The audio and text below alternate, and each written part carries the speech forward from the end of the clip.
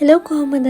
මම මේ වැඩ ඉවර වෙලා ගෙදර යන ගමන් මගේ යාළුවෙක් කෝල් කරලා කිව්වා බොන්ෆයර් නයිට් එක වෙනුවෙන් තියෙන ෆයර්වර්ක්ස් බලන්න යන්න ඒගොල්ලොත් එක්ක එන්න කියලා. ගෙදර ගිහිල්ලා ඉක්මනට බඩු ටික තියලා ඒගොල්ලොත් එක්ක ෆයර්වර්ක්ස් තියෙන තැනට ආවා. එනකොට හොඳටම සෙනඟ පිරීලා ඒ වුණාට කොහොම හරි ඉස්සරහටම ගියා. 7:30 විතර වෙද්දි ෆයර්වර්ක්ස් පටන් ගත්තා.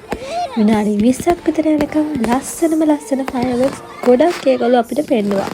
වශී වෙලා වගේ විනාඩි 20 පුරාවට මම බොන්ෆයර් නයිට් එකේ ෆයර්වර්ක් දිහා බලාගෙන ඉඳලා ගොඩක් ලස්සන ෆයර්වර්ක්ස් මට වීඩියෝ කරගන්න බැරි වෙලා තමයි තියෙන්නේ.